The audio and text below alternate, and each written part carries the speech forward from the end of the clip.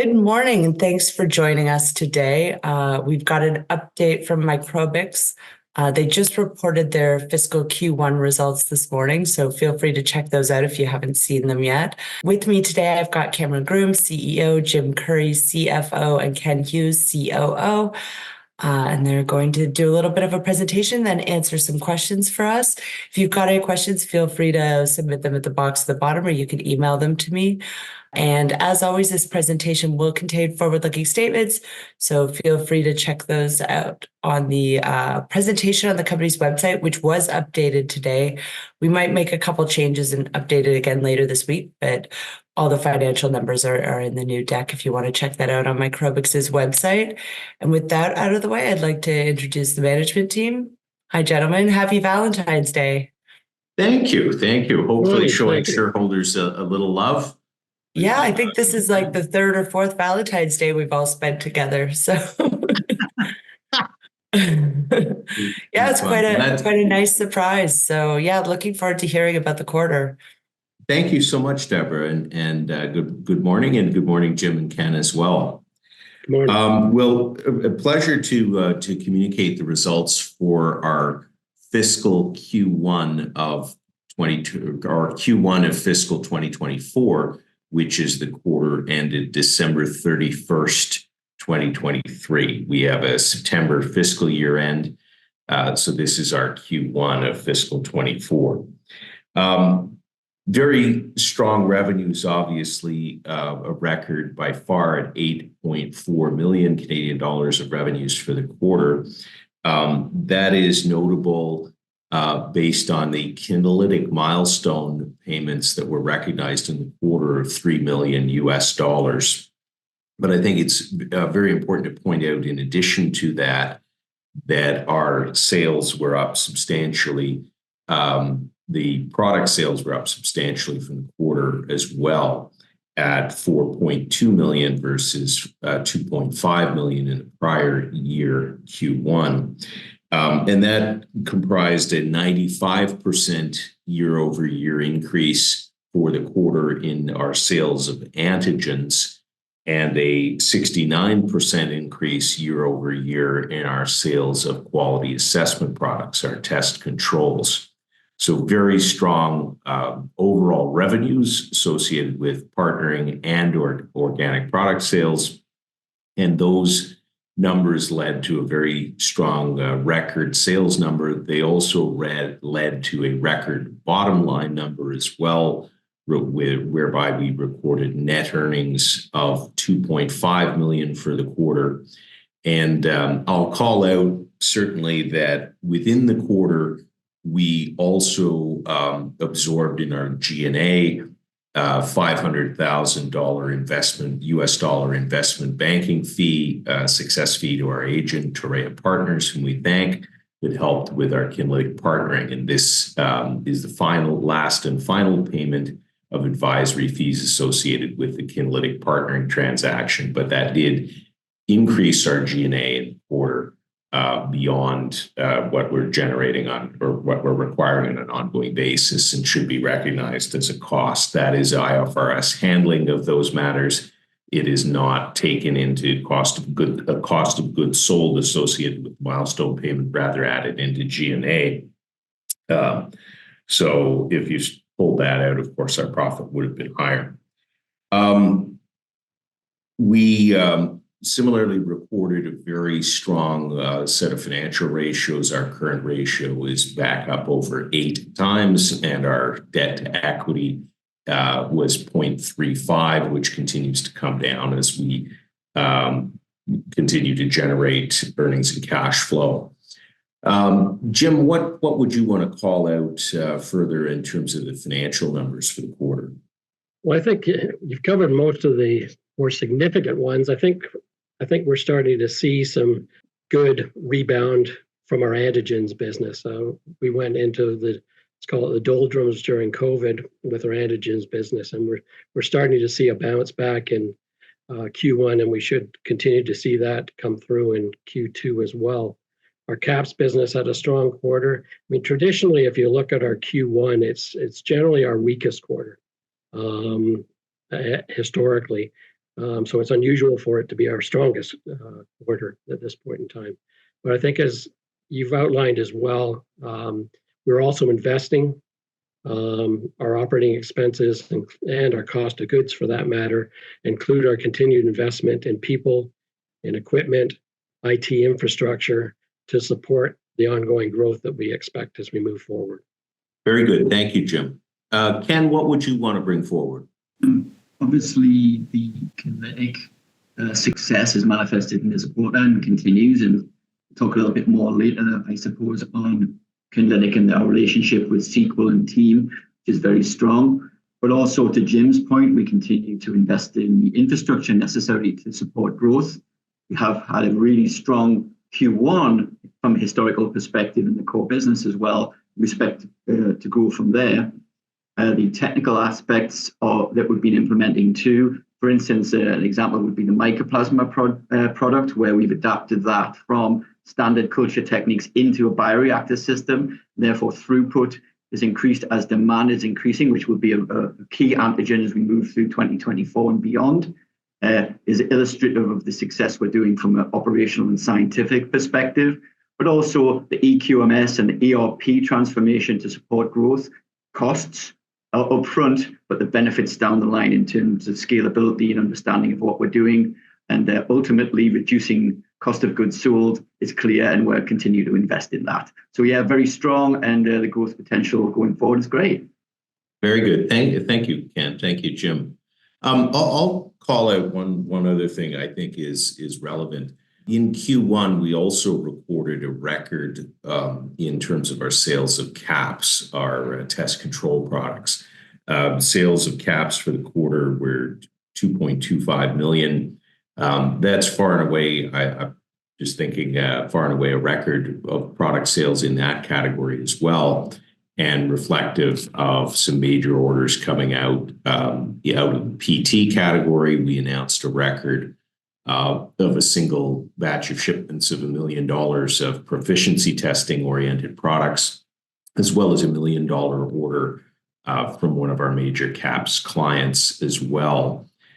So really things moving forward there. And while we don't provide formal guidance going forward, I was running through our quarter in progress, and I know we have close to 20 active caps customers that are now ordering product from us in that quarter. So that business continues to grow. And as Ken and Jim were both indicating, our antigens business, as doctors are seeing patients and patients are seeing doctors on a more regular basis, there's quite a bit of strong demand in our antigen business as well, with it recording a good quarter. Always a bit of quarter-to-quarter volatility on the antigen business just based on large order deliveries.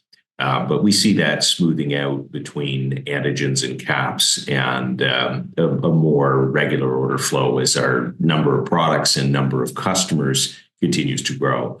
That should start to smooth quarter to quarter. But certainly we're looking at a revenue record by far for our fiscal 2024. And we have modeled out, of course, looking at the Kinlytic project will not record revenues each quarter because it's a development project, but we see revenue growth in 2025, even beyond Kinlytic, whereby we won't record revenues for Kinlytic in fiscal 2025, but we do see year-over-year sales growth being quite strong regardless. So very positive outlook for our business. I don't think there's anything negative that I can call out in this particular quarter or in our 2024 outlook. So things really moving along much as we have targeted and continue to drive forward too. So, with that, Deborah, are there any questions that you have specifically before we sort of break for our audience? No, I'm good, but we already have a few audience questions if you want to jump into those. Okay, why don't we? I think that's a great use of everyone's time, and pleased. I see some familiar shareholders and friends that have logged on. So thank everybody for spending your morning with us. Happy Valentine's Day, and let's have at it. Okay, so what is the value of the cap sales delayed in Q4 23 due to the timing of shipment to customers that's now included in this quarter? Don't know that we had a lot of cap sales delayed in the quarter. We did have some antigen sales that might have slipped out of Q1. But by and large, I think we're on pace with our caps deliveries. Antigens can be a little more tricky because it's a multi-month production cycle, and often you have multiple batches being pooled, have to be validated and released. So if there's been any slippage from one quarter to the other, it would be on antigens, not caps, Devin. I had another caps question. How much of the caps revenue were actually due to stocking orders from Quidel? With Quidel, there's several layers to that. There's development work that we have conducted for them and are conducting for them and other customers, I should add. There are then there's research and development associated revenues where we're optimizing product formulation, really keying in the truest sense of the word, the levels on a multiplex control. Once that keying in is completed to the customer's satisfaction, then for a commercial product, for a full IVD FDA approved product, there then have to be 3 validation lots at commercial scale that are produced. And then there are orders for stocking and on an ongoing basis thereafter. So there's a layering effect that goes on. With respect to that specific customer, I believe I know they have announced publicly that they are working on 8 multiplex assays in association with their instrument. We certainly are aware of those and pleased to be associated across a full portfolio of assays.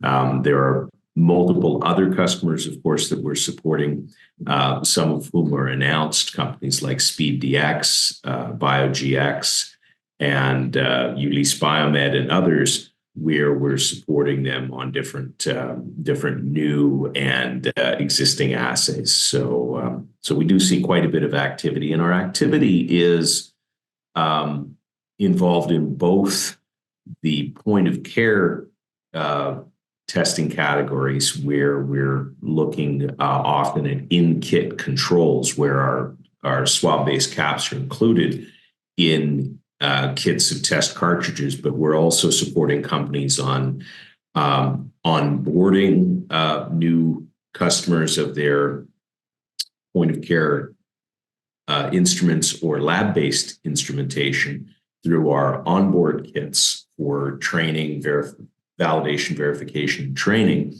And we're also supporting, of course, lab-based assays, such as our announced support for cervical cancer screening programs based on molecular tests for HPV, such as we've announced for the Netherlands in support of the Becton Dickinson core system, and such as we have announced for the Republic of Ireland based on the Roche Cobas system and its assays. So quite a bit of work going on, lab-based and point of care. And proud to be affiliated with a whole bunch of such great companies and sites. I think that was pretty much answered the second part of that question, which was an update on CAPS contracting. Is there anything else you can add? Very, very active. Lots of discussions ongoing and development work ongoing. Our team is extremely busy up and down the line, from sales and business development, customer service, through our product management, through product development, R&D, manufacturing, QC, QA. I don't think finance. I don't think there's a department that isn't working at a hell of a clip right now. We continue to develop our product pipeline people would have seen the announcement of the H. pylori caps portfolio. But we're continuing to work diligently in the laboratory to maintain what is, in fact, global leadership position in this particular area. Lots of proprietary expertise and a growing portfolio of products to support this particular area, which we obviously consider to be something we're going to see a lot of growth in the next little while. Yeah, thank you, Ken. I think that's a great point. We really see just the breadth of our product development efforts. Coming out of COVID, everybody had respiratory viruses on the mind and thinking perhaps that our focus was limited to that area. We've certainly demonstrated that we're involved in viruses related to oncology through HPV, involved with sexually transmitted infection testing, antimicrobial resistance profiling, and lately as well with, not lately, but disclosed recently, H. pylori, which is the bacteria implicated as the cause of stomach ulcers, and very challenging to create controls to validate molecular testing for HPV, another Microbix first. Yeah, I mean, if you look at the antigen portfolio we've been putting out for many years, there's no particular focus on respiratory viruses there either. We have a diverse expertise here and a leadership expertise, and we're applying it to the caps as well. We'll continue to do that going forward. Do you expect any other large caps orders from Quidel going forward? Do you see similarly strong organic sales? Yes.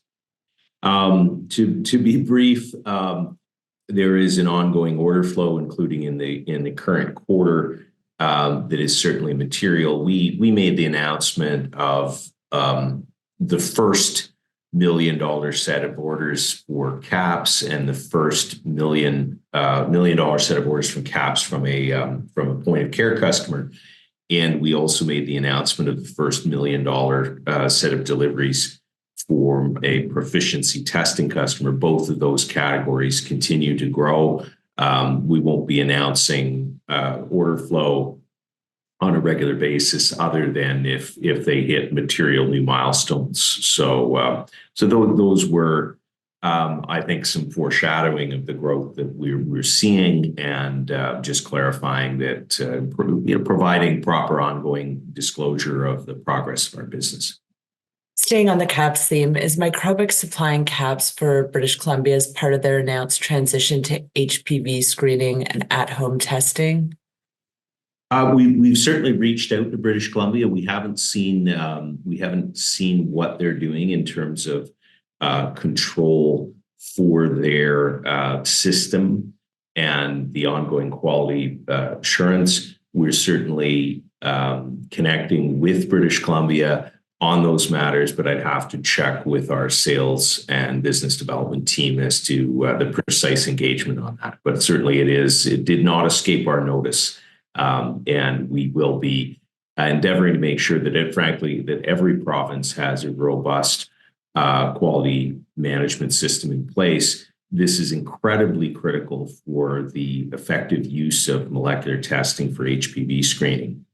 As the interval moves to 5 years between tests, PCR is very accurate if it's run well. But we do not and cannot permit the health system to let people slip through with a false negative test result and go 5 years with potentially an infection progressing towards cancer. That would be devastating. So this needs to be very much top of mind. Anybody in the region, if you've got contacts, don't be shy about feeding them over to us, and we'll pull those threads very firmly to make sure that each province responsibly rolls out molecular testing as they do. And that really applies for any uses of PCR. It's got to be validated on a regular basis, or systemic errors will and do slip in. Can you provide more details on the extraordinary expenses in G&A this quarter? In other words, what is the cash G&A run rate to expect going forward, excluding one-time expenses, share-based comp, and depreciation amortization? Well, I'm going to ask Jim to go through line by line each expense item. Jim, just off the top of your head, please. Not a problem. Well, I think you outlined, at least in the quarter, you outlined the fact that we've got incremental costs associated with the support we got from Torreya for the Kinlytic transaction. So that was about 600, I think it's 660. It was 500,000 US, so about 670,000 Canadian was reflected in our G&A operating expenses.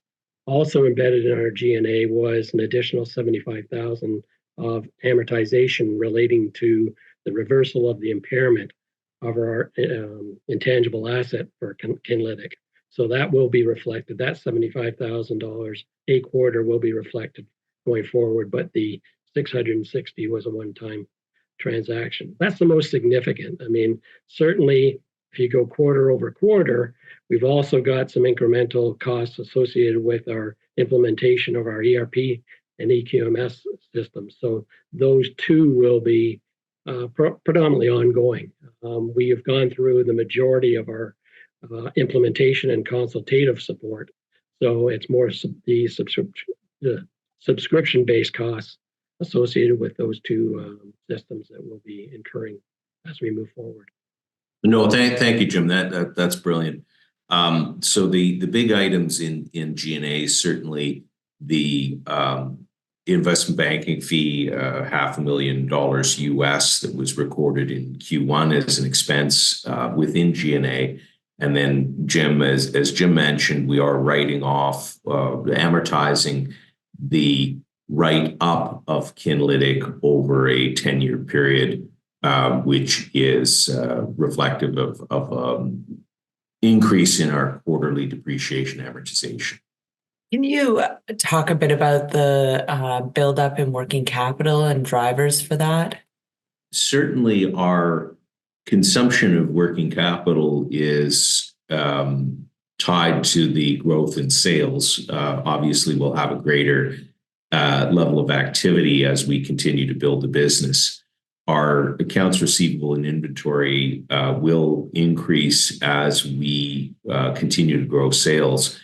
But I don't see a huge, an outsized level of consumption of working capital into those items.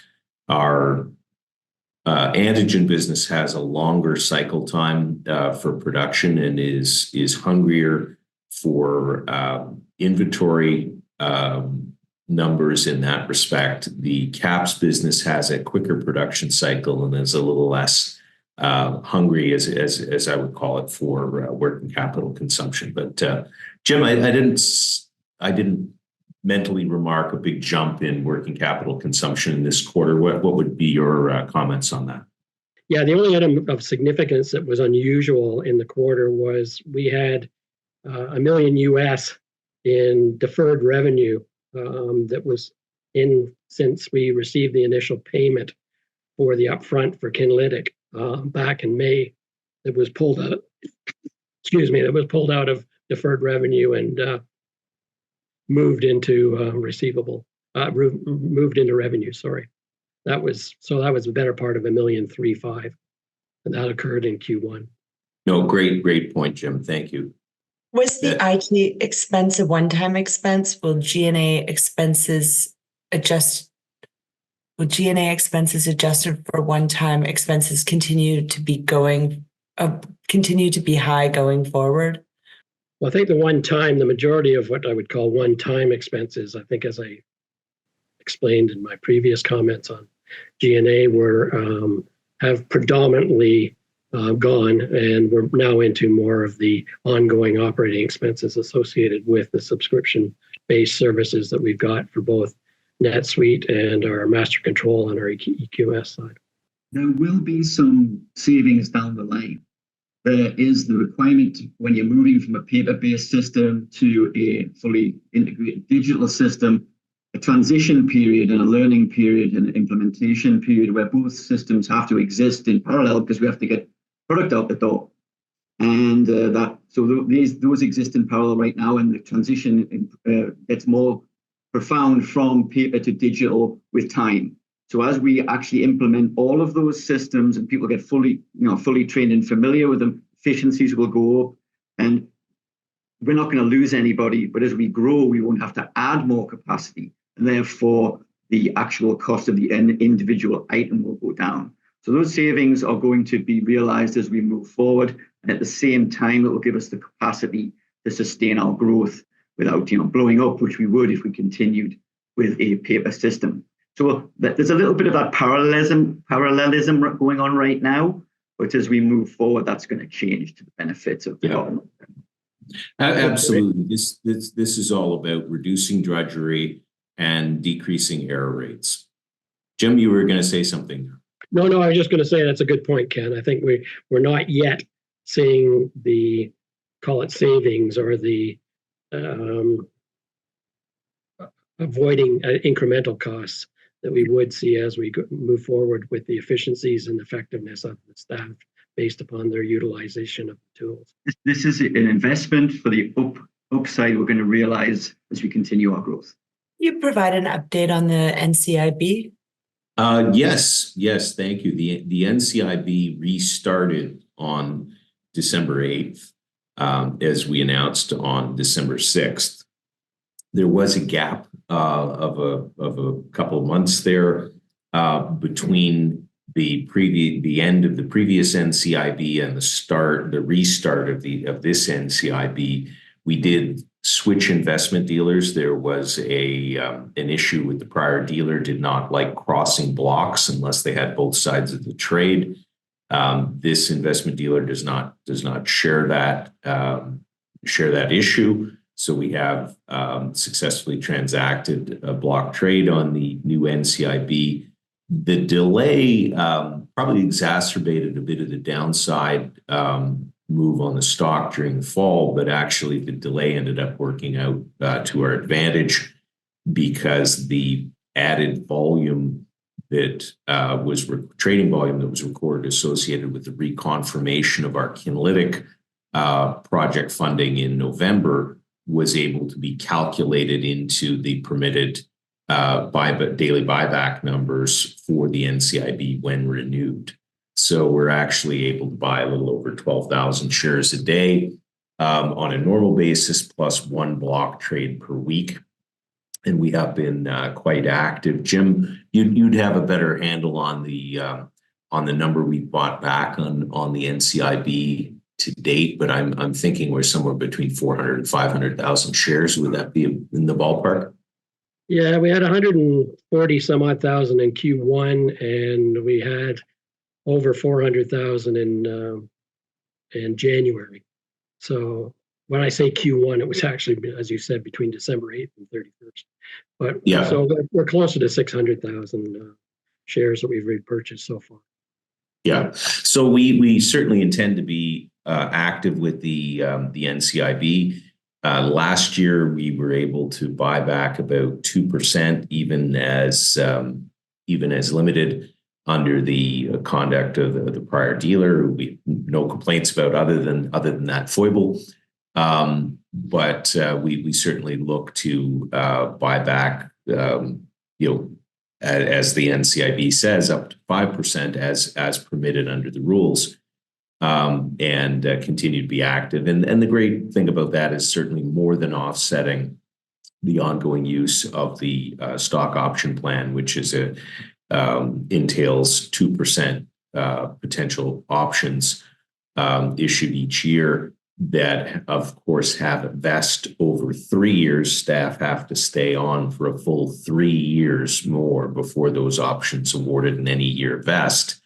And those options have a 5-year life. So there is an evergreen element to the plan. But with the NCIB, we're seeing a net decrease in shares outstanding, not a net increase in shares outstanding. I'll also mention there are 5.75 million warrants that expire in May with an 80-cent strike price, and those will fall off the fully diluted cap table unless our shares appreciate significantly between now and the end of May. So we'll do our best on that front, but I think unless market tone improves dramatically, we may see those fall away from the cap table. On the same theme, I think that there's some management options expiring soon. Do you want to give us a little bit of an update on that? Certainly, there were in 2019 on the use of the stock option plan, and this was the I think the first year that it was used as redesigned. There were 1.92 million options issued with a 23-cent strike price, and those expire at the end of the day on February 22nd. As it stands currently, the majority of those have been exercised. And of course, Canada Revenue Agency demands its pound of flesh up front. So there is always not only our executives and managers and directors called to put up funds to exercise those stock options, they are immediately called to put up the funds for any taxable gain associated with those. CRA immediately demands payment on those. So you always have executives needing to sell some of those shares in order to pay at a minimum the cash taxes and some portion of the exercise price. And I think we've seen a lot of those go through. I will personally be selling some shares over the next few weeks to partially fund my exercise. So full disclosure there. But all of us have increased our net positions and continue to increase our net positions and our net investment in the company. And I think that's incredibly important for shareholders to know that senior management has skin in the game, that we have downside risk if we don't deliver, not just the upside risk on options. So I haven't calculated. Since I started as CEO, I've bought in excess of 3 million shares using cash money that nobody's required me to buy. So whether I've got more after-tax dollars in than I pulled out, I don't know, but it's probably pretty close to a wash. I suppose I'll make my little comment on this one, that I also exercised some options recently, and it's not quite on the scale of the millions Cameron was talking about, but I've sold not one. And I didn't enjoy paying the taxes, let me tell you. Yeah, exactly. Great fun. One more question on the cap table. Any thought to doing a stock consolidation to get you out of the penny stock category? It's been brought up in a few things. There's always pros and cons associated with share consolidations. Companies, certainly in my experience, tend to trade down towards the prior share price, not up. And usually for every person that says it's a great idea, there's somebody vehemently opposed.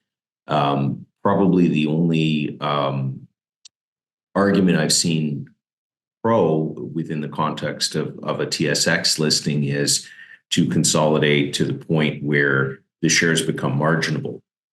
And that can be an advantage to some investors. So, we consider to continue to watch that, but we've not taken any steps to act upon it. But certainly, if we had an overwhelming majority of shareholders suggesting we do it, we'd take it to the board. But so to date, opinion seems fairly evenly divided between whether that's a good idea or not.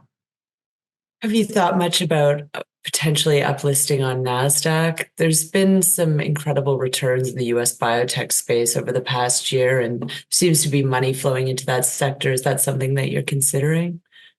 Not at the present time. The costs of maintaining a NASDAQ listing are quite considerable. There is the exemption, I forget for how many years it runs, for companies with, I think, under a 750 million market cap from full Sarbanes-Oxley compliance. But you still have NASDAQ fees, you still have US legal counsel fees, and then immediately whenever, a company misses a quarter, there's a whole bunch of ambulance chasers lining up to sue the company in the US. So I think at the present time, there's more downside than upside for us in that. But we do plan to do some marketing to investors in the United States over the course of 2024. Deborah, if you've got anyone in mind, we could do some of that work with. Let me know. For sure. Yeah, absolutely. Okay, moving on to Kinlytic. I have quite a few Kinlytic questions. I think about 14 of them. So bear with me. I'll try and make them go as logically as possible.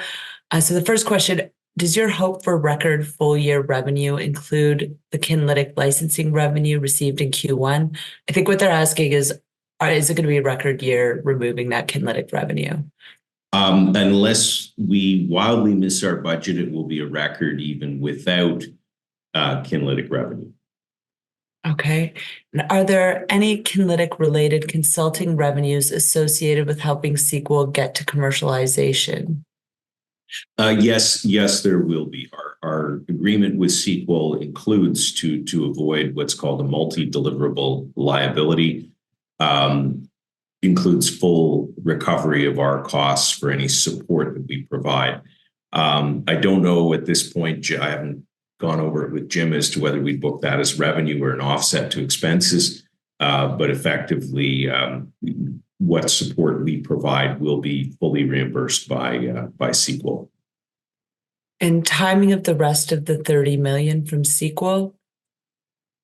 We will see some milestone payment on SBLA reapproval by FDA, and then we will see sales-driven milestones of up to $30 million, and we will see ongoing royalty payments on top of those sales milestones once the product is back into the market. Our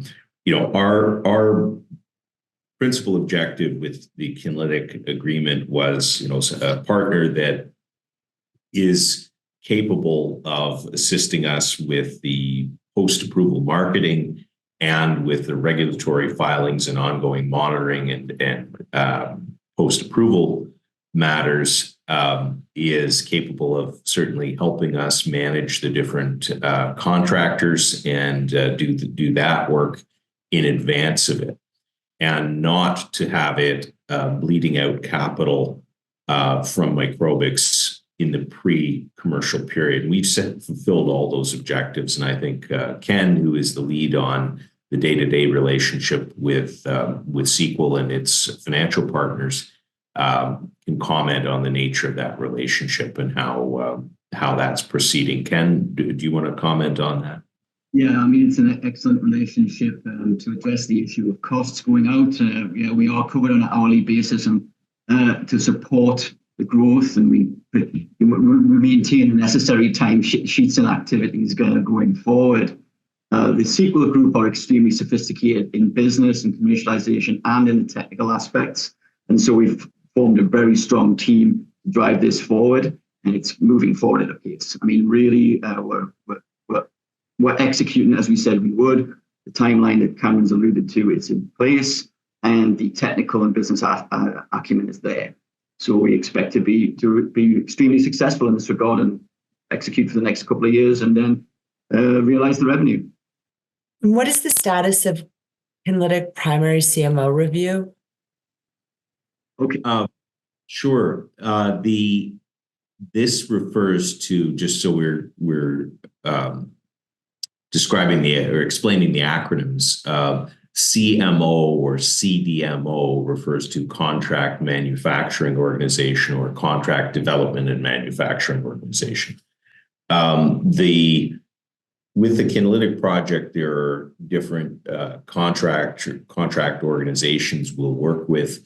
The first of which is which I believe this question refers to, is for the production of new drug substance or the active ingredient, the active Kinlytic urokinase, low molecular weight urokinase enzyme. That is a first critical milestone of the project, and it is advancing quite satisfactorily. Yeah, we have multiple well-qualified CDMOs who have presented outstanding proposals to us. We're very comfortable that they'll be able to do everything, including site transfer implementation, updating of processes to contemporary standards, and then preparing GMP materials for clinical trials. That is the heaviest lift in the project. And we've had a number of, as I say, excellent proposals. We're in the process of going through the contracting with one leader right now. It's going very, very well, and we're setting up the physical tech transfer materials as we hit the ground running. But there's already a lot of technical discussions underway. Yeah, we're very well set up and very well supported by SQL in this regard. Can you comment on any efforts to either expand the approved indications for Kinlytic and any further geographic approvals? Will this effort happen concurrently with current build out? Great question. Kinlytic, of course, has current approvals in the United States for the catheter clearance indication, which is virtually an ex vivo use. The drug is instilled into the catheter lumen to dissolve a blood clot that can then be sucked out of the catheter safely. The second indication for which it has approval is for the treatment, the systemic usage, where the drug is infused into a patient's circulatory system with the objective of dissolving the clots in pulmonary embolism indication. That is the second indication for which it is approved. It has approvals for those same two indications in Canada as well. Although we have not been engaged with Canadian regulators, this is much more US centric because of the larger market size. So the question relates to what about the other indication, pulmonary embolism, and what about other markets? So we are certainly discussing both. With respect to other markets, we have been in touch with the European Medicines Agency due to issues with availability of the incumbent product and just the need for security and health of patients for there to be other options available. We are also looking at how manufacture of drug product can be optimized going forward to better support the more drug substance hungry or API hungry pulmonary embolism indication. And that would be using some of the very same expertise we use in our viral cell culture, viral antigen business for cell culturing, and employing that expertise to refine and further modernize and optimize Kinlytic production methods. Ken, I probably don't want to go too far down a technical rabbit hole, but is there anything you want to add to that? No, that's fine. I mean, we're staging this appropriately. We have an approved indication for catheter clearance, which we're addressing right now in the US.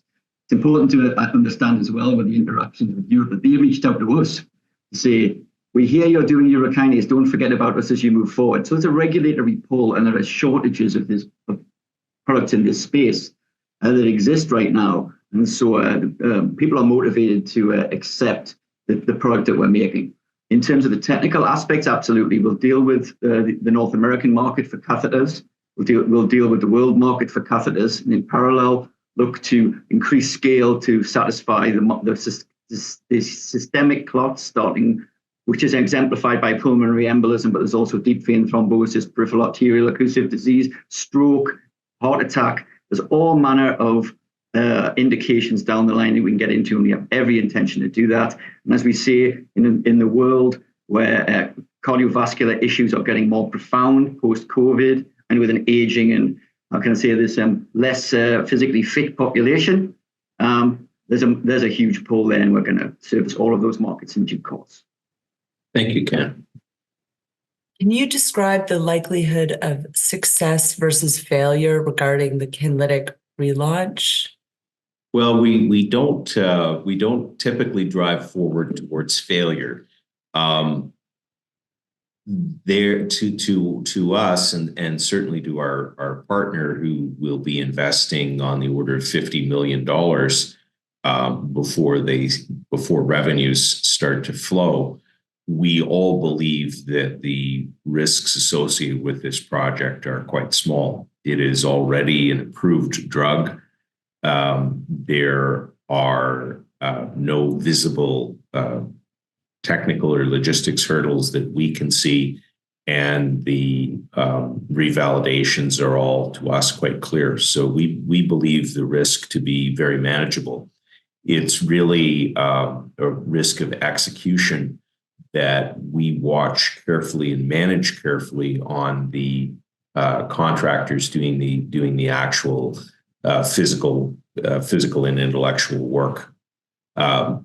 Ken, is that a fair assessment in your view? That's a fair assessment from a technical perspective. We know how to make urokinase. We've done it before. We know how to upgrade the system, and so do our CDMO counterparts, and so does Sequel. I guess the biggest way to illustrate the de-risking or the lack of risk associated with what is effectively a biopharmaceutical program is that urokinase has been approved for decades. Clinical trial is straightforward. There is absolutely no chance of clinical failure in this project. And with a new chemical entity or a new biologic, the drugs which enter phase 1 clinical trials, less than 10% exit phase 3 successfully. So you can see a risk there. We do not have that risk. There is no chance of clinical failure, and we have a deep understanding of how to manufacture this product. We're simply installing a new site and bringing the systems up to contemporary standards, and then doing, if we have to, a comparative clinical trial, which is very, very straightforward to do. And as I will say it again, there is no chance of clinical failure. Yeah, and that is, to be clear, the trial is looking, does the drug dissolve blood clots? So, and this is a trial versus placebo, whereby patients would see saline instilled in a catheter versus Kinlytic, and is Kinlytic dissolving blood clots the way it is expected to and should. There's a 90-minute endpoint associated with that. You'd follow the patients for a month to make sure there are no adverse events. Again, there are decades of experience with no adverse events, but even if we have to do this study at all, and we move on forward from there, there are millions of catheters placed every year. We need 300 patients. The timelines associated with clinical trial and the costs are very, very small. And again, not a chance it's going to fail. Yeah. So bringing forward, our product into a market that's on the order of 500 million a year in sales is and capturing a significant proportion of that unit volume is what we're looking to do, and we believe we're on a very broad and firm track to doing so. Couple more Kinlytic questions that we can move on. When do you expect Kinlytic royalties to begin, and can you outline how you expect it to ramp up after it's approved? Is the guidance still 15 to 25 million US eventually? Sorry, could you repeat that, Deb? Sure, sorry. When do you expect Kinlytic royalties to begin, and can you outline how you expect it to ramp up after it's approved, and is the guidance still 15 to 25 million USD?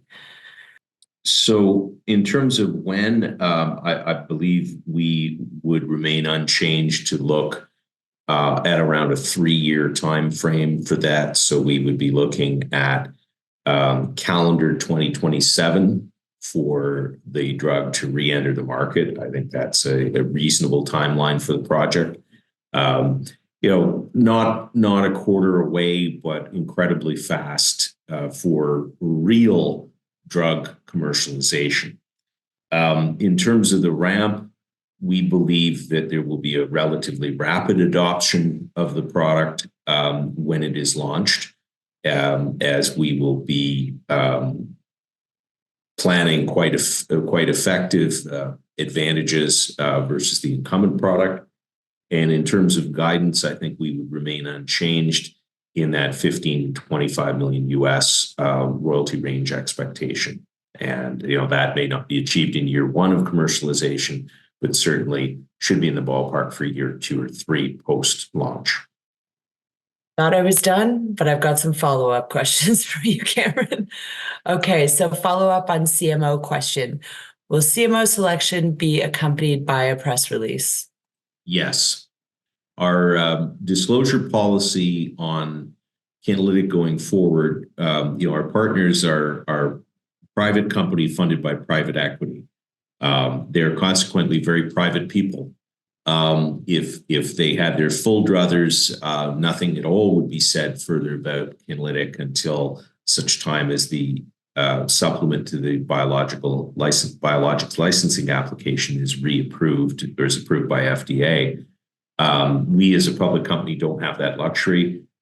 So we will make disclosures on an ongoing basis as material project milestones are achieved. And those will be in addition to the continuous disclosure in our MD&A and regular filings. So expectation-wise, we've mapped that out. We've discussed it with SQL. We're likely looking at 2 to 3 news releases a year on Kinlytic. We're not going to disclose, every time somebody goes to the washroom but in terms of major project milestones, we will disclose, and that will include the final signed, sealed, and delivered contracting of a drug substance CDMO.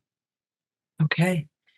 And when do you expect regulatory clarity with respect to the need for clinical trials? Answer that. Yes, I think until and unless otherwise we determine otherwise, it should be assumed there will be some clinical work associated with the project. And if that changes, we'll certainly advise. Timeline includes the clinical trial I talked about earlier. There is clarity in the regulatory process. The FDA guidance that we received last year was unambiguous. We will present the preclinical comparability analysis to FDA and then discuss whether or not we even need to bother doing a clinical trial because the analytics will be so strong. If it is, it will be a very short process, as I said, with no chance of clinical failure, and will be basically a capping off of the comparability exercise with the previous Kinlytic product before we upgraded the systems. And the timeline we're talking about now includes that clinical trial. Got it. Okay. VTM, we haven't talked about VTM for a while. I've got 2 questions. So is full automation of flexible VTM SCD line complete? Can you provide any updates on SCD discussions with existing customers and VTM with Ontario or others? Not sure what SCD is. I was confused by that too. I was hoping that you knew. Let me just see if I can read the question directly here. Just a second. The 1, 2, 3. Evolution buffer, which is a different use. It's the 5th question, Cameron. The one that says, would you like to answer it? I see it. No, the full automation of that is not complete. We have had just tortures with our the manufacturer doing the engineering, design, and construction of the filling line. We have now done off-site testing of the filling line, and we're quite satisfied with the robustness of the instrument. Where we are still working through is to make sure that we have accurate CAD/CAM schematics for every single part within the machine, so that as it goes into regular usage, we can have parts replacement parts readily machined. We do see site delivery and site acceptance over the next weeks, certainly over the next 6 to 8 weeks, I would say, in terms of actually having the equipment delivered into our site, and that timing should be quite good for us. We have been enormously frustrated by the seeming capriciousness of some of the procurement processes in the government sense. We continue to work in establishing paths forward for government procurement, but frankly, we'll deploy the instrument in use for private industry. And some of our private industry customers have expressed material and emerging interest in our doing reagent manufacture for them. So it will be very odd and unfortunate if the original objective of the instrument, providing a secure supply of highest quality viral transport medium from a domestic source for Ontario and for Canada is not its ultimate destiny, but we will not have idle capacity standing by. In the interim, it's important to know that we still have the semi-automated processes in place, fully validated, and that we use to provide over 2 million units of viral transport medium to Ontario back in the day. It's also perhaps interesting to know that we are receiving now orders from private companies for product which is in the similar space to DxTM, and using those capabilities to satisfy them while we get the fully automated system in place. And we'll be building that business line going forward. Okay. And why are antigen sales typically slower in fiscal Q1 compared to the rest of the year? Are customers not spending remaining budgets end of year and getting ahead of any price increases? Good question. It often just comes out to when customers want to receive product, and we're building towards those orders and delivery dates. Jim, are there any specific reasons that just jump to your mind on that? Yeah, I mean, we do have one of our larger customers that doesn't tend to buy much in our first quarter, which by coincidence happens to be their fourth quarter. So I think they're probably concerned about buildup of inventory. So that tends to be one reason why we might see it. Doesn't impact their annual spend, but it does tend to push more of it into Q2 through Q4. That's just one example. Could be somebody, as the question poses, it could be somebody not wanting to carry too much inventory over a fiscal year end. So, but it doesn't affect things on an annual basis, but it does add to that quarterly shift. Can you discuss the financial model going forward? I would like to get an appreciation for operating leverage as QAPs and antigen sales ramp up. Should be very good operating leverage as we ramp up. Our margin projections for products are, depending on mix, we're certainly looking to keep gross margins above the 50% mark, and guide them towards 60% to the extent we can. There's always quarter-to-quarter volatility, and we have been slapped once or twice with some strings of batch failures in antigens, such as we saw in 23 that pulled down margins below target for some of the year. But if we look and add 2 million in revenues, for example, half that should immediately drop into toward an EBITDA line, so we won't see a direct increase in G&A costs, for example, or selling costs associated with revenue growth. So we do see some good leverage coming forward on that. Jim, what would you want to comment on? Well, I think you've covered off most areas. Clearly, we want to continue to focus on our core businesses, as we have been doing historically, but certainly we're starting to see the QAPs business continue to grow, and it's one of our key areas of growth.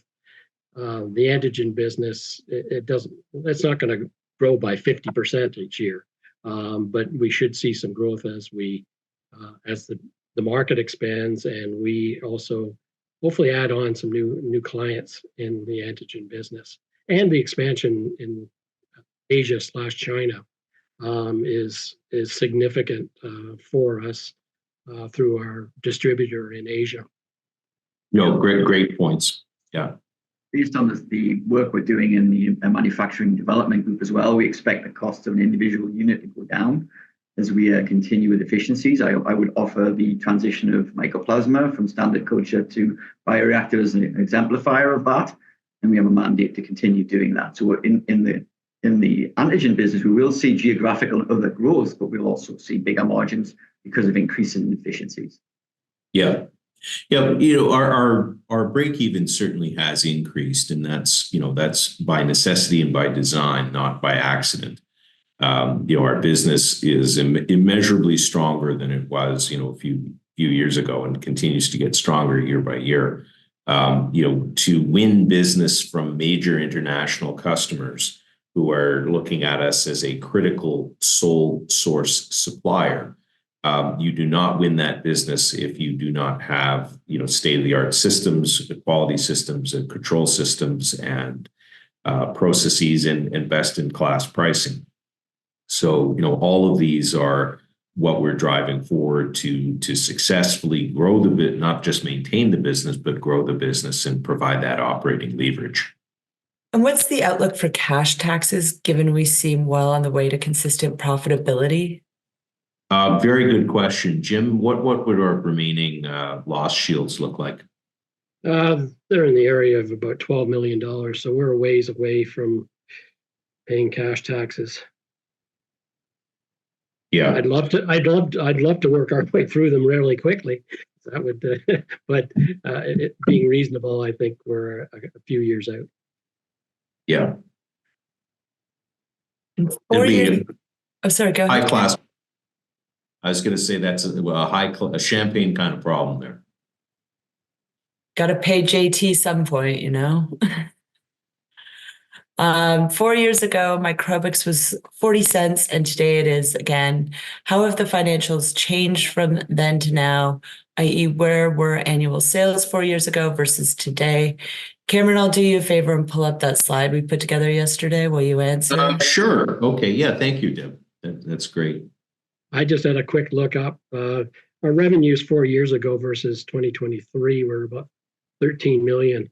So we're looking to, hopefully be double that. And we continue to believe our stock is significantly underpriced. Yeah. And that's why we're buying back. Yeah, exactly. Thank you so much, Jim. Just on this, on revenues, you can see, well, if we look at the history of revenues, we've certainly been making efforts to grow our revenues substantially. We'll be well through, well north of.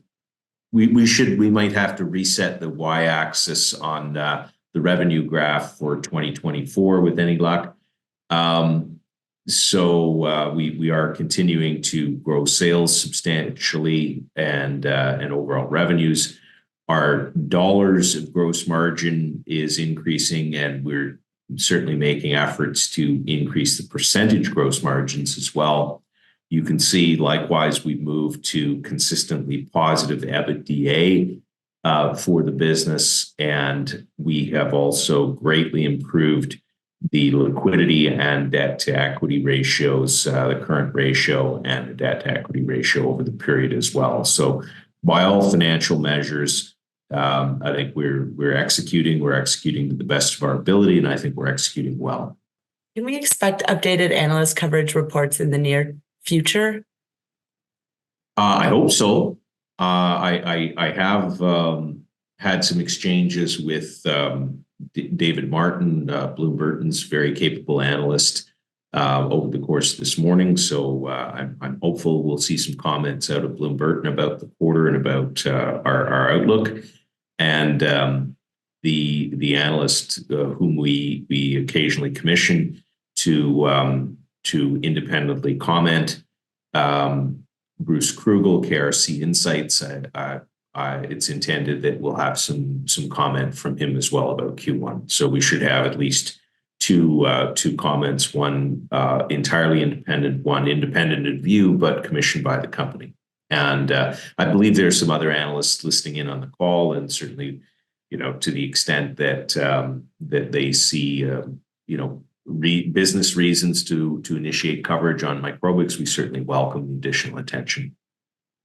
Agreed. That's it.